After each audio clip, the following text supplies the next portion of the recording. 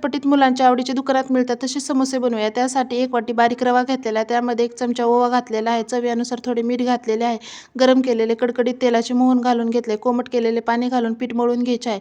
पीठ मुरण्यासाठी बाजूला ठेवले. वाटी घेतली, त्यामध्ये लाल मिरची पावडर, काश्मीरी मिरची पावडर, चाट मसाला, काळे मीठ घालून घेतले आहे. छान मिक्स करून घेतले आहे. त्याचबरोबर पीठ छान मुरले की आपल्याला त्याची चपाती लाटून घ्यायची आहे. चपाती लाटली की ह्या पद्धतीचे काप तयार केलेले आहेत व समोसेचा आकार देऊन घेतलेला आहे.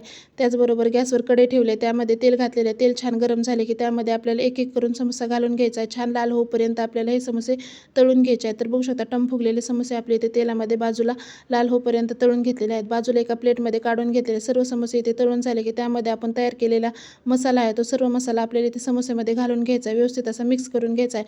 मिक्स करून झाला की बघू शकता अगदी दुकानात मिळतात तसे चटपटीत मुलांच्या आवडीचे स्नॅक्स आपला घरच्या घरी बनवून तयार झालेला आहे.